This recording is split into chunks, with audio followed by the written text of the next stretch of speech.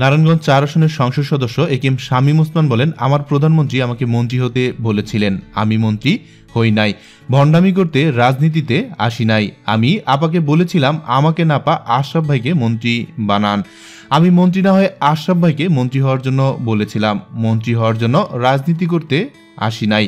শুক্রবার বিকেলে নারায়ণগঞ্জ শহরের ডিআইটিতে আওয়ামী লীগের সাবেক সাধারণ সম্পাদক এবং জনপ্রশাসন মন্ত্রী সৈয়দ আশরাফুল ইসলামের স্মরণ সভায় তিনি এসব কথা বলেন। নারায়ণগঞ্জ মহানগর আওয়ামী লীগ এ স্মরণ সভার আয়োজন করেন। স্মরণ সভায় প্রধান অতিথি হিসেবে উপস্থিত ছিলেন আওয়ামী লীগের যুগ্ম সাধারণ সম্পাদক মাহবুবুল হানিফ এমপি। শামীম ওসমান বলেন, আগামীতে আমি নির্বাচন করব না, এটা আমি ডিরেক্ট ডিক্লিয়ার দিয়েছি। আগামীতে দেশের পরিস্থিতি যদি এরকম থাকে, নেত্রীর উপর আবার যদি হামলা করার চেষ্টা না করা হয়, তাহলে আগামী প্রজন্মের জন্য আমি এই মুহূর্তের জায়গা ছেড়ে দিতে রাজি আছি। আওয়ামী লীগ নেতা মাহবুবুল হানিফকে উদ্দেশ্য করে তিনি বলেন, আমার নারায়ণগঞ্জে জাতির পিতা নামে পূর্ণাঙ্গ বিশ্ববিদ্যালয়, ভালো মেডিকেল কলেজ, হাসপাতাল, একটি ভালো মানের স্কুল চাই। ইচ্ছে করলে কালকেই সরকার এটা ঘোষণা করতে পারে।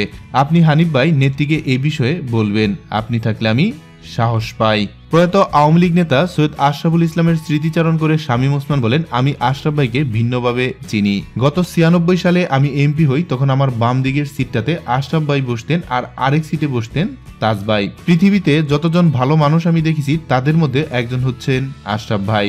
রাজনীতিতে এখন ভণ্ড মানুষের প্রভাব এত বেশি যে আশরাফ ভাইয়ের মতো মানুষ চলে গেলে রাজনীতিতে অনেক ক্ষতি হয়ে যায়।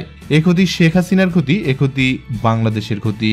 দর্শক, এ নিয়ে আপনার কি মন্তব্য অবশ্যই নিচে কমেন্টস করে জানাতে ভুলবেন না। চারিদিকে ঘটে যাওয়া সব খবর সবার আগে পেতে আমাদের চ্যানেলটিতে সাবস্ক্রাইব করে সাথেই থাকুন।